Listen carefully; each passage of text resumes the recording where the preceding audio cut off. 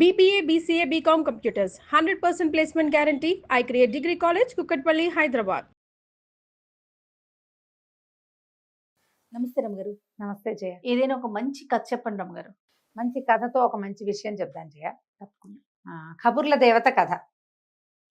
కబుర్ల దేవతే. అయితే ఈ కబుర్ల దేవత కథ దాదాపుగా 60s లో అట్లా రాయబడిందని అనుకుంటున్నాను నేను.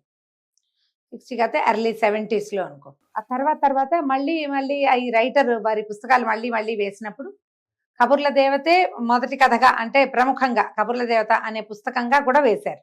అమరావతి పబ్లికేషన్స్ వాళ్ళు వేశారు. కబుర్ల దేవత ఎప్పుడో చదివాను నేను, నాళ్ల క్రితం, ఏనాడో గుర్తుంది నాకు. నన్ను కూడా చిన్నప్పుడు నేను కబుర్ల దేవత కనపడాలని కోరుకునేదాన్ని కూడా. అవునా? బాగుండేది కథ. ఓకే. చిన్న కథే అది. యాక్చువల్గా ఈ కొద్ది రోజుల క్రితం ఒక ఆర్టికల్ చదివాను నేను. ఈ కబుర్ల దేవత పుస్తకం రాసిన కవి గారికి, రచయితకి కేంద్ర సాహిత్య అకాడమీ బాలల సాహిత్యానికి అవార్డు వచ్చింది. అబ్బా, ఆ పుస్తకానికి. ఎంత గొప్ప విషయం కదండి. గంగిశెట్టి శివకుమార్ గారని, వారి కథలు మనం చాలా చెప్పుకున్నాం, చిట్టి కథలు. ఆ చిన్న కథని నేను కొంచెం పెద్ద కథ చేసేదాన్ని, కొన్ని కథలతో మనం కలిపి కూడా చెప్పుకున్నాం. ఎప్పుడు వారి పేరు చెప్పే సందర్భం రాలా. వీరికి సాహిత్య అకాడమీ అవార్డు రావటం వల్ల ఈ పుస్తకం పేరు ప్రముఖంగా చెప్పి ఈ కథ చెప్దాం అనుకున్నాను నేను. ఈ కబుర్ల దేవత కథల పుస్తకం మనకి అమరావతి పబ్లికేషన్స్ వాళ్ళు వేశారు.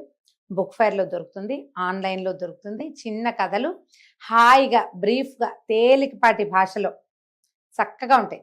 చిన్న కథలు చాలా హాయిగా ఉంటాయి. అవకాశం ఉన్న వాళ్ళు, పుస్తకాలు చదివే అలవాటు ఉండి పిల్లలకి తెలుగు పుస్తకాలు గిఫ్ట్ చేయాలనుకుంటే కనుక మీరు ఆన్లైన్ ఈ బుక్ కొనుక్కోవచ్చు. అమరావతి పబ్లికేషన్స్ వేశారు. అయితే నేను వారితో కూడా మాట్లాడాను. ఆ ఫోన్ నెంబర్ దొరకంగానే ఒక ఉత్సాహం వస్తుంది అనమాట. రచయితలతో మాట్లాడే అవకాశం బాగుంటుంది కదా. అయితే ఈ కథ భలే బాగుంటుంది జయ. ఈ బుక్కి అవార్డు రావటం ఒక ప్రముఖమైన సంగతి. కథ అయితే మరీ ముచ్చటగా ఉంటుంది. ఓకే. పూర్వం ఒక ఊళ్ళో ఒక ఆయన ఉండేవాడు. దీనికి చాలా కబుర్ల పోగు. రామయ్య అనుకుందాం ఆయన పేరు. ఎంత కబుర్లో. కబుర్లు అంటే జనరల్గా ఏం చెప్తాం మనం? ఆసెమా ఓసెమా, చిన్నప్పటివి మొన్నటివి ఎప్పటివో చెప్తాం. మాట్లాడుతూ నేను నీతో మాట్లాడాను, నువ్వేదో నీ ఆసెమా ఓసెమా చెప్పావనుకో, అయిందా? రేపు నేను ఇంకోళ్ళతో మాట్లాడాలంటే ఏం కబుర్లు వెళ్తాయి? పాత ఆసెమా ఓసెమాలతో పాటు లేటెస్ట్ ఆసెమా ఓసెమా ఇక్కడ వస్తాయి కదా. వాళ్ళు చెప్పినవి, వాళ్ళ సంగతులు ఇంకోళ్ళకి, అవతల వాళ్ళు ఏదో చెప్తారు, వీళ్ళిద్దరి సంగతులు మూడో వాళ్ళకి, మూడో వాళ్ళు ఏదో చెప్తే 1, 2, 3 4 వాడికి వెళ్తుంది. ఇలా అందరితోటి కబుర్లు చెప్పుకుంటూ ఉండేవాడు.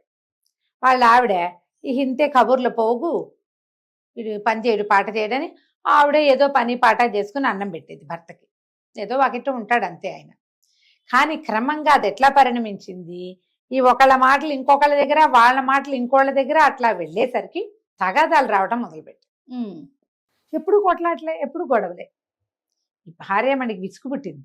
వాళ్ళు ఎవడు పడతాడు, ఏదో కాస్త పని చేసి 10 రూపాయలు పావలను తెస్తాను, అన్నం పెడతా, అంతేగాని కొట్లాటలు తీర్చడం నా వల్ల ఎక్కడ అవుతుంది. అందుకని ఆవిడ పొద్దున్నే పని చేసుకుని తన పనిలోకి వెళ్ళేటప్పుడు మొగుండ గదిలో పెట్టి తాళం వేసి వెళ్ళేది. బాగుంది. తాళం వేసి వెళ్ళిపోయేది. ఇది తోచేది కాదు, ఎవరో ఒకళ్ళతో మాట్లాడాలిగా. ఆయన ఏం చేసేవాడు, ఆ ఎదురుకున్న గదిలో కూర్చుని గోడతోటి కబుర్లు చెప్పేవాడు. ఎవరైనా చూసావా నువ్వు? అసలు పిల్లలు ఒక్కళ్ళే ఆడుకుంటారు. అవును, గమనించావా ఎప్పుడైనా?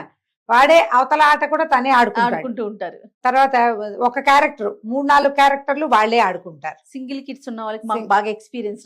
వాళ్లే 3 క్యారెక్టర్లు 5 క్యారెక్టర్లు వాళ్ళే, స్టూడెంట్ వాళ్ళే. నిజం రామ్ గారు ఆడుకుంటారు అట్లా. ఇప్పుడు ఈయనకి కబుర్లు వినేందుకు ఎవరు లేరు. తన కబుర్లు గోడకి చెప్పేవాడు. ఓకే. ఆ గోడకి చెప్పగా ఒకనాడు గోడ దడేలమని పేలింది. గోడలోంచి తేవత బయటకు వచ్చింది. ఈ పుస్తకానికి ఉన్న కవర్ పేజీ మహా ఇంట్రెస్టింగ్ గా ఉంటుంది. నీకు చూపించా కదా, గోడలోంచి జేజ్ వస్తుంది, ఈయన మహావినయంగా నుంచున్నట్టుగా నమస్కారం పెడుతున్నారు, చిన్న పంచి లాంటిది ఏదో కట్టుకుని దండం పెడుతున్నాడు. ఈ వంగి ఆశ్చర్యపోయాడు.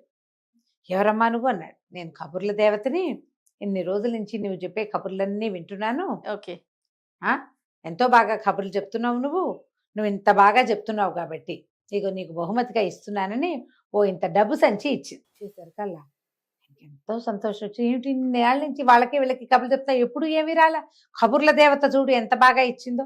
సాయంత్రం భార్య ఇంటికి వచ్చేసరికి ఆవిడ ఆశ్చర్యపోయింది. బోళ్ళంత డబ్బు వచ్చింది.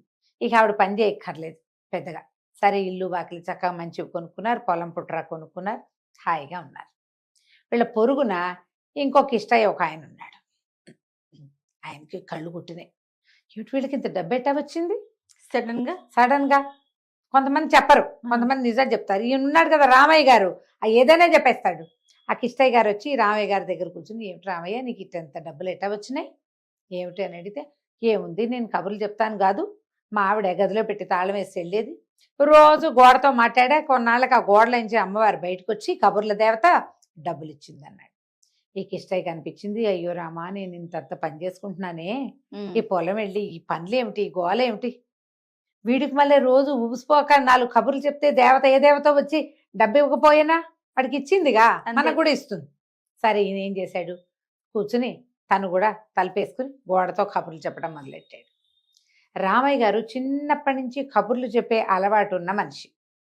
పైగా ఏదైనా విషయం వింటే ఇంకొకళ్ళకి చెప్పేటప్పుడు రంజుగా వర్ణించి చక్కగా చెప్పగలడు. మాటల పోగు, కథ బాగా చెప్పగలడు. బాగా చెప్పగలిగే వాళ్ళు ఏముంది, ఒక వాక్యం ఇస్తే చాలు దానికి ఎక్కి తొక్కతిక పీకి గంట సేపు చెప్తారు. ఈ కిష్టయ్య గారు కష్టజీవి పాపం, ఏదో పొలం వెళ్ళటం పని చేసుకోవటం తప్పిస్తే కబుర్లు కాకరకాయలు రావు. ఈయన ఏం చెప్తాడు, ఏదో చెప్పాడు. 4 రోజులు 3 రోజులు అయ్యేసరికి కబుర్ల దేవత మళ్ళీ ఆవిడ గోడ పగల కొట్టుకుని వచ్చింది. తెగ తిట్టింది, నువ్వు నీ పిచ్చి మాటలు ఏమి రుచికరంగా లేవు, నీ ఒక్క కబురు కూడా డబ్బుల ఆశతోటి ఈ పని చేస్తావా, అంతే కదా, ధనం మీద ఆశతోటి నన్ను విసిగిచ్చావు నువ్వు అని గట్టిగా కేకలుస్తుంది. నోరు పడిపోయేలాగా శాపం పెడతాను. బతులాడుకున్నాడు, మా అమ్మ మా తల్లి ఇంకెప్పుడు ఇలాంటి పొరపాటు చేయను, నన్ను వదిలిపెట్టేసేయి, నేను ఇంకెప్పుడు కబుర్లు చెప్పాను, నా పని నేను చేసుకుంటాను. వాడికి అదే వచ్చు, అందుకని వాడు అదే చేశాడు. నీకు ఇంకా వేరే పనులు వచ్చు కదా, ఆశపోతానానికే కదా నువ్వు ఈ పని చేస్తున్నావు, ఇంకోసారి పిచ్చి కబుర్లు చెప్పావంటే ఊరుకున్నది.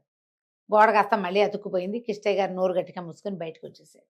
అందుకని కబుర్లు ఎవరు చెప్పాలో వాళ్ళే చెప్పాలి. అలానే కథలు కూడా రమ్మగారు కబుర్లు మాత్రమే కాదు, కథలు ఎవరు చెప్పారో వాళ్ళే చెప్పాలి కదా, 100%.